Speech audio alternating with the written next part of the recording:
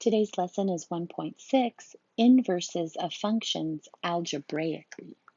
Just a quick reminder, to find the inverse of a function, we are simply going to be switch the x with the y. So we're going to be switching x and y. Let's go ahead and do example 1. We are going to find, and by find I mean write, the inverse of the function f of x equals 2x minus 5. Now I'm going to give you the 3 steps for you to do this, and they start with switching the x and the y, and then rewriting the equation. So the first thing I'm going to do is I'm going to take that f of x, and I'm going to write it as y equals, and then I'm going to just go ahead and copy the 2x minus 5. I'm going to take my x and my y, and I'm going to switch them. The y is going to become x, and the x is going to become y. So I would write it as x equals 2y minus 5. Now that I have them switched, I'm going to go ahead and solve for y. What I must do is I must get the letter y all by itself. I must leave it alone. So what I'm going to do is I'm going to come in here and I'm going to use my bright pink to help me do that. Now I'm just simply going to follow the rules of solving an equation. So to help me out, I might want to draw a line through the equal sign. And then I want to follow the steps for solving an equation. If there's any distributing to do, we've got to get rid of that first. Remember, distributing presents itself by showing parentheses, which I see none on either side of my equation. Then I'm going to look to combine like terms. Well, this side of the equation only has one term x, so there's nothing to combine. And this side over here, there are 2 terms, but because of that variable y, I can't subtract 2 minus 5. The next thing I would want to do is to get my variable on one side. Now, we're not solving for a variable. We're not solving to get a variable answer like x equals 2 or y equals 3. What we want it to say is y equals and then mx plus b, 3y plus 7, something like that. So I can't really do that step, so that step's out. And then I'm going to move into undoing the addition or subtraction. So right here, I want to undo this subtraction that I see by doing its opposite. The opposite of subtract is, of course, add, and I'm going to move it to the other side. I cannot add the x plus the 5 because they are not like terms, so I'm simply going to copy it. Instead of vertically, I'm going to copy it horizontally. I'm going to leave my 2y on the other side and come back and remind myself to get that letter y alone, that variable. The last step would be to get rid of the multiplication or division by doing its opposite.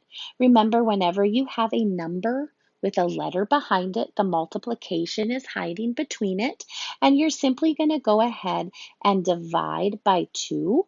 What you do to one side, you have to do to the other. Now, this is a very common way of showing it, but remember, you are dividing each one, so you could separate it to say x divided by 2 plus 5 divided by 2 equals y. And you're perfectly done. Remember, whenever x is by itself like this, there is an invisible 1, so we could even write it as 1/2 x plus 5/2 equals y. This is just another form. We could also have left it just like it was right here. X plus 5 over 2 equals y. All of these are the same. This one, and this one, they're all the same. All right, the last step you want to do is to rewrite your equation now using function notation. So we have our equation, and we'll just pick one. I'll pick the one with the fraction because it is the hardest.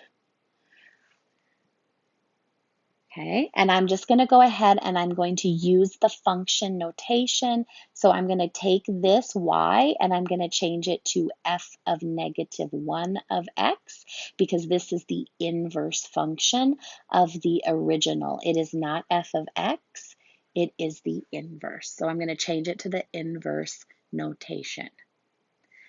All right, let's practice because that is pretty tough. Let's go ahead and find the inverse of these functions. So remember, step one, we're going to go and change it to y equals. I'm going to write the fraction like so. Okay. And then I'm going to go ahead and I'm going to switch. I'm going to make this become x, and I'm going to make this x become y. All right, so y, nope, see, even I can mess up. There we go, equals negative 5 over 2y. I need to get that variable y, that letter, completely by itself. Don't forget, your equal sign stays where it is. You're just kind of squishing everything towards it. All right, how can I get rid of that fraction? Well, there's a couple of different ways I could get rid of this fraction. Um, I can multiply by the denominator and make the fraction disappear into a whole number. I can think of this as a number that's just a fraction being multiplied by a variable y. And so to get rid of the multiply, I would divide by that fraction. Or I could think of, well, when I divide, I do copy, change, flip, KFC, keep, change, keep, flip, change, and I can do that as well. So it's totally up to you guys. I'm going to show the divide, and then I'm going to go ahead and show the KFC. So I'm going to show the division. Notice I'm dividing by the exact fraction that is there, the exact fraction that is there. If I'm going to do KFC, keep, flip, change, then I need to make sure that I put the 1 with the x, because that's what I'm going to keep. I'm going to keep the 1.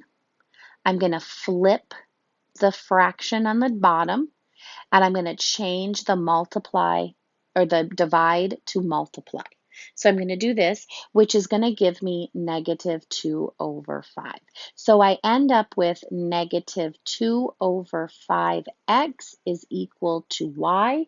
Remember, the last thing you want to do is change this y to your function notation, which is the f of negative 1 of x. So you would write f negative 1 of x equals negative 2/5 x. There's our inverse. Let's try another one. Okay, so change the f of x to y and change the letter x to the letter y. Go ahead and switch them. Make this one x, make this one y. No, I have two y's. What's going on? Hold on. There we go. Make this one y. All right, so I have x equals negative 1 plus 1/5 x. No, y. There we go. It's very tricky, ladies and gentlemen. You have to take your time. There we go. I want to get the letter y by itself. I want to get that variable alone. Let's go ahead and draw our line through our equals to help us with the movement of stuff. All right, so there should be no distributing to take care of. There should be no like terms to combine. Your first thing that you should do is move your addition or subtraction. Be careful. This one looks like it's add, but we're adding a negative. And so the negative, to make it become 0, I have to add it. Negative 1 plus positive 1 cancels out. Negative 1 minus 1 is negative 2. I'm never going to be able to add when I move. I'm only going to be able to switch the presentation of it from vertical to horizontal. I'm going to keep my equal sign right on that line, and I'm going to keep my fraction and the variable y. Okay, so remember, here I can show you another way to get rid, or we can just go ahead and do the same thing we did. but I think it might be easier for you, maybe, I don't know, to see multiplying by the reciprocal, okay? Here's another way that you could get rid of it. Multiply by the reciprocal, crosses it out, leaves me with y. I'm going to do that over here as well. Multiply by the reciprocal. Now notice the reciprocal is 5 over 1. 5 over 1 is the same as just 5. So what I'm going to do is I'm going to take this 5 and I'm going to distribute it inside. So I have 5x plus 5. That wasn't as scary as I thought it was going to be. Now I just have to go ahead and take my y and change it to my inverse notation, which is this guy right here. And I'm going to say f of negative 1 of x is equal to 5x plus 5. There we go. All right. We could use the composition of functions to verify if two functions are inverses of one another. My composition formulas look like this. F of g of x. This is more commonly used than this part right here, but you can see either one. Notice that this circle right here is open and it kind of looks like the word fog, but it's simply what it means is that we're going to substitute g of x, the one that's inside the parentheses, the one that's inside the parentheses, the one that's second, into every x of f of x. Okay, that's one way you can do it. Or you can choose to flip them and do them the other way. Notice this one just has g and f flipped. That's all it does. And so this one means we're going to substitute f of x into every g of x. If either one of them, this one or that one, equals x, I'm going to go ahead and highlight that for you guys. It has to equal x. Then they are inverses of each other. Okay? If you get x when you do the substitution of one function into the other, they are inverses of each other. You only need to do one composition. You do not need to do both. Okay, don't think this is, oh gosh, this is going to be a lot of work. I have to do both. No, no, no. You only have to do one of the compositions. So sometimes one looks easier than the other. It's fractions, it's division, it's stuff like that. And it's really just your call. What do you think is an easier substitution? Let's go ahead and take a look at one of them. Determine if the following functions are inverses of each other. Here is my f of x. Pretty scary looking. It has a division, kind of a fraction, if you would. That's kind of scary. And then g of x is simply just 3x minus 1. It is my call. I'm going to decide how I want to substitute, okay? It's totally my call. And I'm thinking if I substitute g of x into f of x, that's going to be easier, okay? So what I'm going to do is I'm going to do f of g of x.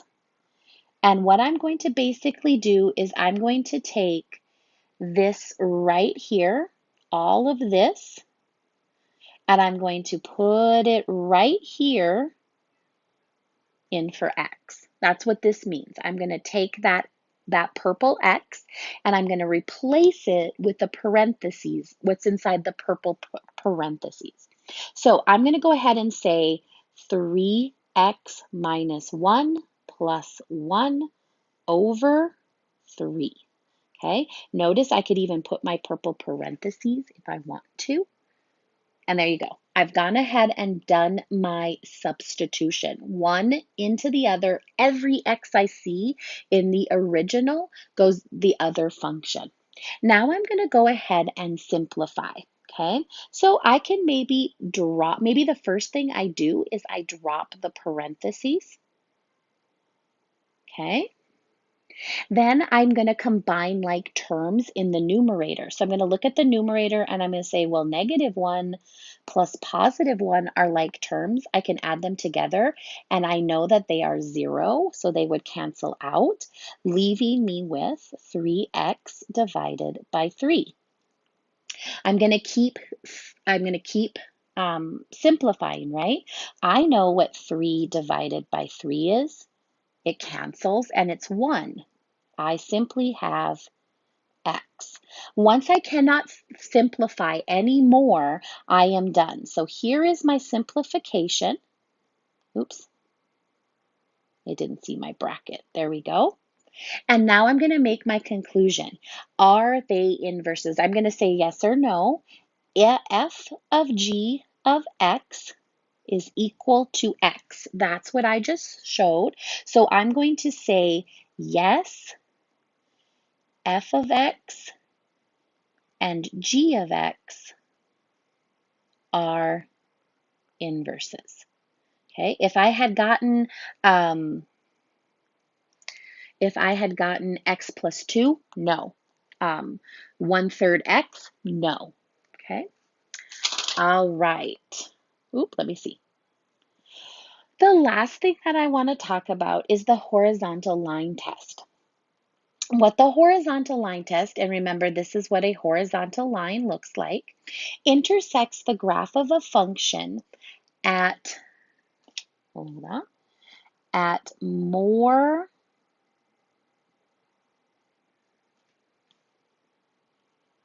than one point, then the graph is not considered to be one-to-one, which means it does not have an inverse. Okay, if a horizontal line intersects a graph more than once, it is not considered to be one-to-one, and thus it is not an inverse. So take a look at our two graphs right here. We have a linear function in the black line. And if we do our horizontal line test, it touches it once. This one has an inverse. Notice our quadratic. Our quadratic has been flipped and moved. But notice when I do the horizontal line test, 2 points of intersection, this does not have an inverse, does not have an inverse. All right, let's determine if these two functions happen to have inverses. So here's our first one. F of x equals 1/5 x plus 1. Remember, you can always do your, let me grab my blue here. You can always do y equals mx plus b, and where m is your slope, 1/5, and b is your y-intercept, 1. Remember, your slope is going to say 1 up and 5 to the right. So here we go. We're going to begin at 1. We're going to go 1 up and 1, 2, 3, 4, 5 to the right. 1 up, 1, 2, 3, 4, 5 to the right. Remember, we can also go and switch that. Go 1 down and 5 to the left. 1 down and 5 to the left. 1 down and 5 to the left. Connect them together. I'm going to do the best I can. There we go. There it is. Let's do our horizontal line test. Now imagine moving that line through there, but anywhere I move it, it's going to only intersect it once. This one has an inverse. I don't know what it is, but I know it has an inverse function. All right, let's take a look at the second one. And oh, it's missing something. Here we go. It should have a square right there. Oops. There we go. It should have a square right here, x squared minus 2. Now remember, x squared minus 2, the minus 2 is going to move my vertex from the parent at 0 down 2, and then it's just going to look something like this. It doesn't have to be perfect. Oops, no, it's not perfect at all. Let me see. It's going to look something like that. There we go. If I draw the horizontal line through, notice it's going to touch 2 times. This one does not have an inverse function.